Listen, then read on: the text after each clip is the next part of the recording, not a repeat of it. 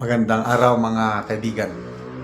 Bigyan natin ngayon ng opinion reaction itong post ni General Fillmore Bondillas. Yang ranggo mo, para ito kay General Torre, na sa ngayon wala pa yung klaro kung magre-retire na ba o hindi. Basta, policeman pa rin ba daw siya pa? May 4-star rank, unit niya. Sabi niya, yung ranggo mo, hindi mo pag-aarian. Ang taong bayan ang may-ari niyan at ipinahiram lang sa iyo.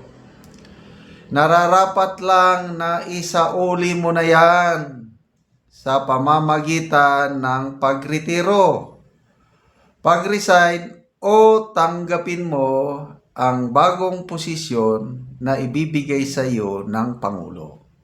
Oh. Maganda naman, di ba?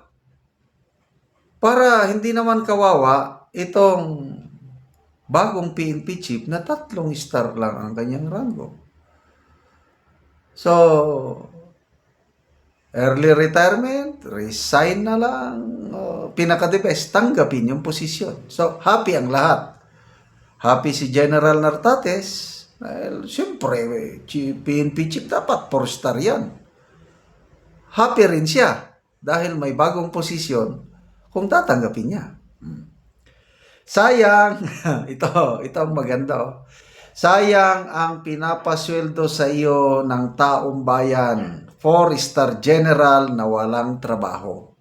Floating status. Magkano ba ang sweldo, 1 month salary ng isang 4-star general? Estimate ko lang ito nasa 200,000 siguro, more or less. So, laki nun. Walang trabaho, floating, Navy. From police to Navy officer kasi lumulutang O mag-antay ka. Ito ang delikado. O mag-antay ka pa ng kaso dahil ayaw mo sumunod sa utos ng nakakataas sa iyo. Sayang, retirement benefits mo. Tama nga naman. So, isinare lang ni General Bondillas ang post ng News 5 na kung saan payag ni General Torre, sabi niya, I'm still a policeman.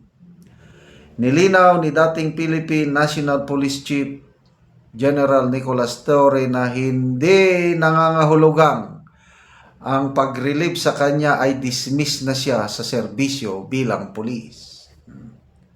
Sabi niya, ang relief ko is for the appointment.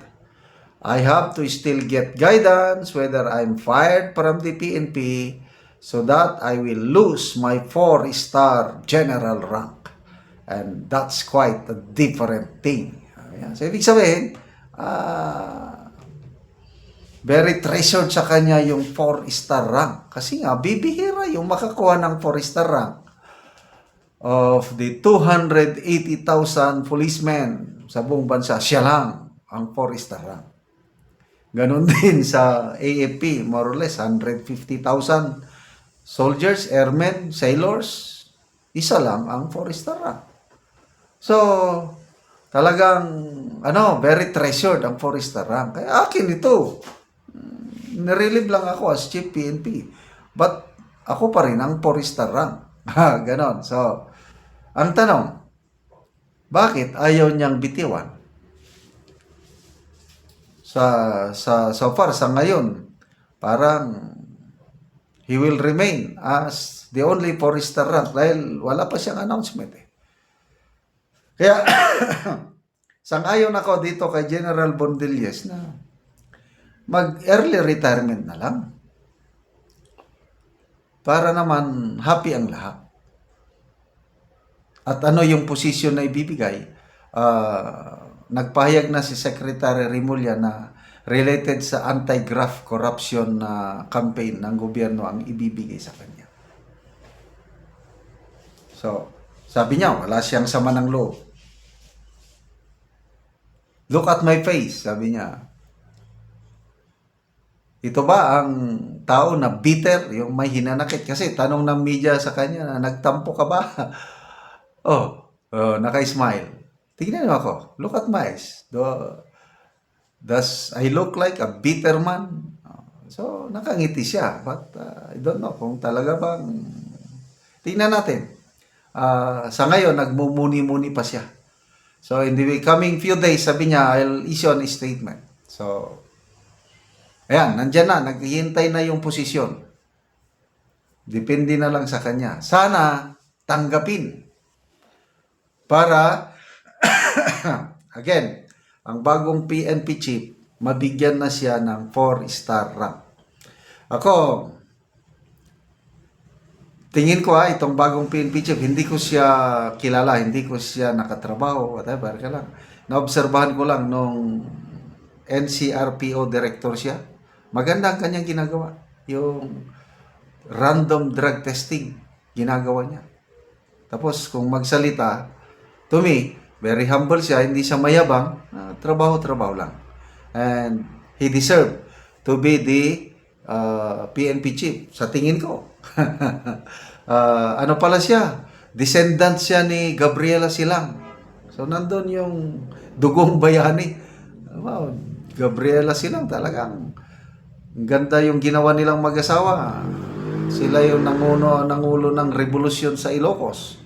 So, nung namatay si Diego Silang, nag-take over si Generala Gabriela. Nakaka-inspire. At ito, descendant. It can be traced yung kay General Nartatis ngayon, dugong bayani. Kay Gabriela sila. Okay. So, ano sa tingin nyo? Mag-early retirement ba si General Torre? Hoping so. Okay, magbasa tayo sa comments. Dansoy Tan Aluyen. 4-star general without a command. Big embarrassment. Martin Egenman. Karma is now hunting you down. Van Great. Floating 4-star general.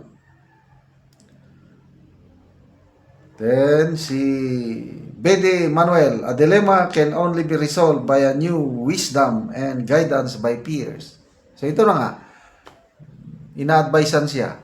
Siguro, pamilya. Importante yung kuwan ng pamilya. Sana mabigyan siya ng magandang advice ng mga malalapit sa kanya para tama yung kanyang desisyon. To me, early retirement, sana tanggapin niya yung bagong post, yung anti-corruption post. Dahil dyan siya makakatulong, lalo na yan sa corruption sa DPWH. Sana dyan siya ilagay para kalad ka rin ang mga nangungurakot sa pera ng taong bayan. Salamat mga kaibigan sa inyong pagsubaybay sa ating channel. Nakakatulong kayo ng malaki sa tribong talandig ng Bukidnon. Ang sweldo natin sa channel nito pantulong sa kanila. Namimigay tayo ngayon ng livelihood assistance. Nagpapatanim ng saging lakatan at Arabica coffee. Panoorin niyo ang video nito.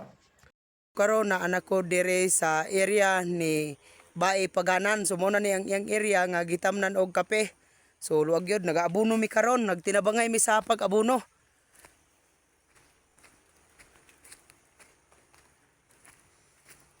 So muna ni siya ang kape niya nga isa pa kabulan ni Bae Paganan. So nagiabunuhan. Wala na yung tunga sa kutsarang paan. Tunga sa kutsara ang isa ka bangag. So duha ka bangag, isa ka kutsara tanan. Kutsara. So nindotid kaayo ang iyang kape ni Bae Paganan.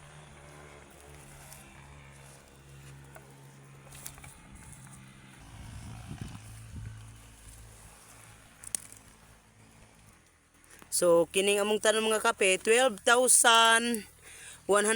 na ni tanan. So magdugang pa mi para nga madaghan pa gid among makatanom mga kape. So ang itsura sa isa pa ka bulan no. Muna ni siyang tag 25 pesos ang kada usa. Nindot gid kaayo nga sidling.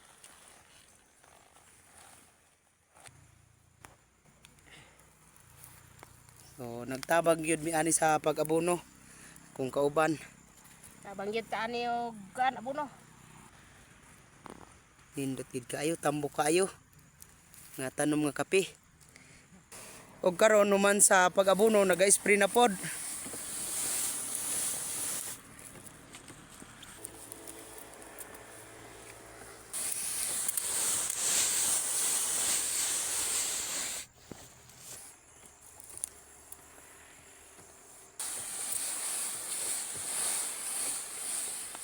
Og kining tanom ni Bae Paganan 800 ni ka seedling. So salamat kay sa Ginoo og sa nagsuporta sa pagpananom sa kape.